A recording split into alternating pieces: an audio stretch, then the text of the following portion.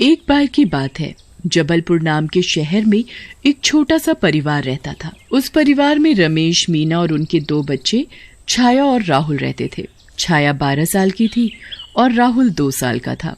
रमेश एक कंपनी में मैनेजर था और वो बहुत ही मेहनती था। पूरा परिवार हंसी खुशी साथ रह रहा था। एक सुबह रमेश ऑफिस जाने के लिए तैयार होता है। जल्दी से मेरा खाना दे दो, आज ऑफिस में मुझे बहुत काम है। जी अभी लाई। मीना जल्दी से रमेश के लिए खाने का डिब्बा लेकर आती है। उसके बाद रमेश ऑफिस चला जाता है। ऑफिस में महेश नाम का एक आदमी रमेश से बहुत चिढ़ता है। पता नहीं ऐसा क्या काम करता है ये रमेश, जो मालिक हर बात के लिए बस इसी को पूछता है। मुझे इसका कुछ करना ही पड़ेगा। एक दिन जब कंपनी से एक बहुत बड़ा ऑर्डर जा रहा होता है तो महेश उसकी चोरी करवा देता है और बड़ी चालाकी से रमेश पर चोरी का इल्जाम लगवा देता है। मैंने चोरी नहीं की, मुझ पर यकीन कीजिए।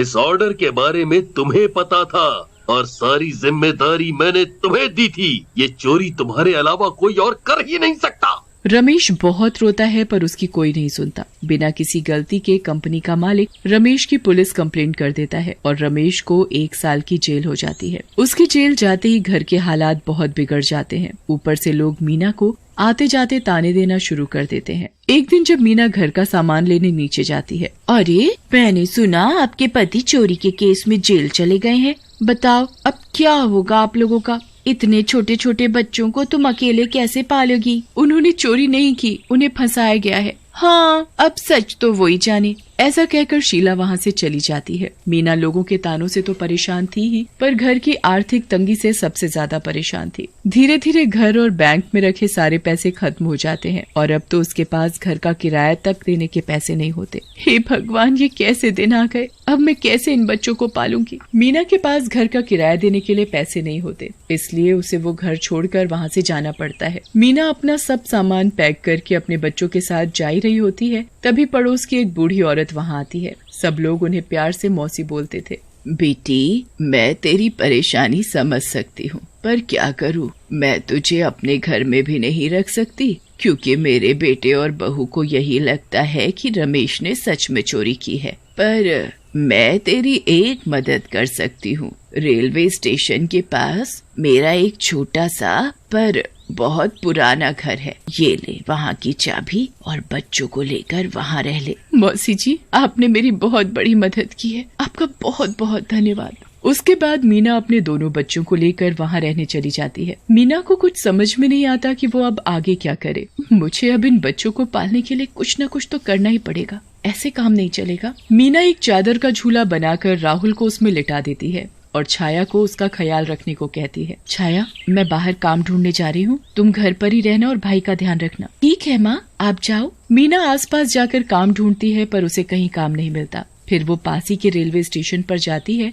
तो देखती है कि वहाँ एक भी खाने की दुकान नहीं है। क्यों ना मैं यहाँ कुछ खाने की चीज बेचना शुरू कर दूं। मीना जल्दी से घर जाती है। उसके पास जो थोड़े बहुत पैसे थे उससे वो वड़ा पाव बनाने का सामान खरीद कर लाती है। फिर वो सुबह सुबह उठकर गर्मा गर्म वड़ा पाव बनाती है और रेलवे प्लेटफॉर्म पर बेचने चली जाती है। प्लेटफॉर्म पर जैसे ही ट्रेन आती है, मीना अपने वड़ा पाव लेकर सबसे पूछने लगती है, गर्मा गर्म वड़ा पाव बस 5 रुपए में दो। मीना के वड़ा पाव सबको बहुत पसंद आते हैं। उसके बाद मीना बस ऐसे ही रोज वड़ा पाव बनाती और रोज रेलवे स्टेशन पर बेचने चली जाती। पर एक दिन बहुत बुरा हादसा हो जाता है। एक दिन मीना प्लेटफॉर्म पर ट्रेन का इंतजार कर रही होती है। बहुत देर बाद सामने से ट्रेन आती है, पर तभी भीड़ में से एक आदमी भागता हुआ आता है और उसका धक्का लगने से मीना ट्रेन की पटरी पर गिर जाती है। ट्रेन इतनी तेजी से उसके ऊपर चढ़ जाती है और मीना तभी मर जाती है। ऐसी मौत होने से मीना की आत्मा को शांति नहीं मिलती और वो एक चुड़ैल बन जाती है।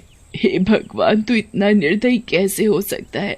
अब मेरे छोटे छोटे बच्चों का क्या होगा? वो घर पर मेरा इंतजार कर रहे होंगे। मीना भगवान से इतनी प्रार्थना करती है कि उसे भगवान ऐसी शक्ति देते हैं जिससे वो दिन में अपने पुराने रूप में रह सकती है। मीना जल्दी से अपने पुराने रूप में आकर अपने बच्चों के पास जाती है। माँ, कब से मैं आपका इंतजार कर रही थी, राहुल कब से रो रहा है। मीना जल्दी से अपने बच्चों को गले लगा लेती है। रात होने वाली है, मैं तो अपने आप चुड़ैल वाले रूप में आ जाऊंगी। मैं कभी नहीं चाहती कि मेरे बच्चों को ये पता चले कि अब मैं मर चुकी हूँ। मुझे जल्दी से इनको सुलाना होगा। मीना जल्दी से दोनों बच्चों को सुला देती है और फिर अपने आप चुड़ैल में बदल जाती है। वो अपने चेहरे को पल्लू से ढक लेती है ताकि गलती से भी उसके बच्चे उसे ऐसे चुड़ैल रूप में ना देख लें। उस दिन के बाद बस मीना रोज जादू से वड़ा पाव बनाती और दिन में प्लेटफॉर्म पर जाकर बेचने लगती। वो रोज शाम को घर आ जाती ताकि वो रात होने से पहले अपने दोनों बच्चों को सुला सके। ऐसे ही बहुत दिन बीत जाते हैं। मीना अपने बच्चों को खूब अच्छी से परवरिश करने लगती है।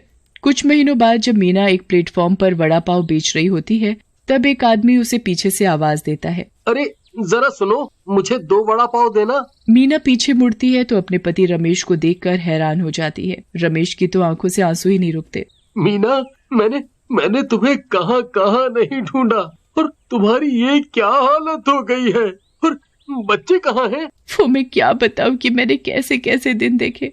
हम यही एक पास ही के घर में रहते हैं। छाया घर पर राहुल का ध्यान रखती है और मैं वड़ा पाव बेचकर घर का खर्चा चलाती हूँ। पर आप यहाँ कैसे? आप तो जेल में थे ना। मीना, मैं तुम्हें क्या क्या बताऊं। मेरे बाद जब नया मैनेजर आया तो उसके साथ भी वही हुआ जो मेरे साथ। बस तभी मालिक को शक हो गया कि इसमें किसी की चाल है।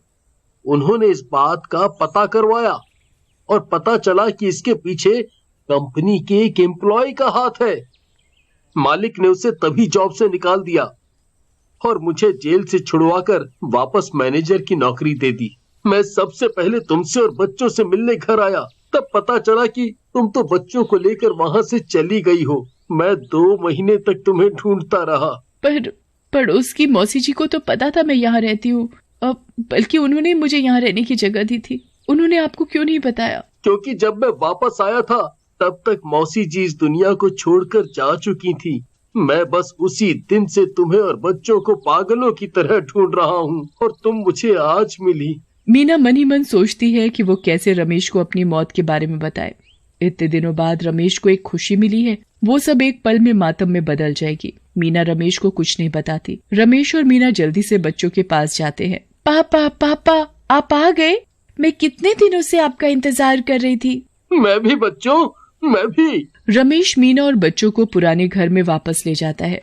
सब लोग पहले की तरह रहने लगते हैं, पर मीना रोज रात को चुड़ैल बन जाती थी और सब कुछ ठीक हो जाने के बाद भी रोज। एक दिन जब मीना अपने दोनों बच्चों और रमेश के साथ सो रही होती है तो रमेश पानी पीने के लिए उठता है। मीना, मुझे बहुत प्यास लगी है। मीना बहुत नींद में होती है और रमेश की आवाज नहीं सुन पाती। चलो कोई नहीं, मैं खुद ही जाकर पानी पी लेता हूँ। रमेश पानी पीकर वापस आता है और मीना के चेहरे को ढका हुआ देखकर सोचता है, इतनी गर्मी में मीना अपने चेहरे को पता नहीं क्यों ढक कर सो रही है। चलो मैं इसका पल्लू चेहरे से हटा देता हूँ। रमेश जैसे ही मीना के चेहरे से साड़ी के पल्लू को हटाता है, वो उसका चुड़ैल वाला रूप देखकर जोर से चिल्लाता है। मीना रमेश के चीखने की आवाज सुनकर उठ जाती है। चुड़ैल, मेरी मीना कहाँ है? बताओ मेरी मीना कहाँ है? मैं ही मीना हूँ रमेश। झूठ मत बोलो, सच बताओ, मेरी मीना कहाँ है? मेरी बात पर यकीन करो, मैं ही मीना हूँ। एक दिन जब मैं वड़ा पाव बेच रही थी, तभी एक आदमी का धक्का लगने से मैं ट्रेन के आगे गिर गई और मेरी मौत हो गई। भगवान ने मुझे ऐसी शक्ति दी जिससे मैं दिन में अपने पुराने रूप में रह सकती हूँ, पर रात होते ही मैं चुड़ैल बन जाती हूँ। इसलिए आज तक मैं बच्चों के सामने हमेशा रात को अपना चेहरा पल्लू से ढकती रही। हे भगवान, ये क्या हो गया? मैंने कभी ऐसा सोचा नहीं था कि मैं तुम्हें खो दूंगा। मुझे अभी भी यकीन नहीं हो रहा है, पर मैं सच को बदल भी तो नहीं सकता। अब जब ये सच तुमको पता चली गया है तो मुझे यहाँ से चले जाना चाहिए। तुम बच्चों का अच्छे से ध्यान रखना। ऐसा कहते ही मीना गायब हो जाती है। रमेश अकेले ही बच्चों की परवरिश करता है और उसके बच्चे बहुत बड़े हो जाते हैं। एक दिन सब लोग घूमने जाते हैं। ट्रेन उसी स्टेशन से होती हुई गुजरती है जहाँ मीना वड़ा पाव बेचती थी। रमेश खिड़की से बाहर देखता है तो मीना आज भी वड़ा पाव बेच रही होती है। मीना, तुम? हाँ, मेरे बच्चों के पास तो तुम हो, पर इस प्लेटफॉर्म पर बहुत से ऐसे बच्चे रहते हैं जिनके पास ना तो माँ बाप हैं और ना खाने को कुछ है। मैं वड़ा पाव बेचकर उन बच्चों की मदद करती हूँ। ट्रेन चल पड़ती है और मीना आज भी उस स्टेशन पर वड़ा पाव बेच रही है।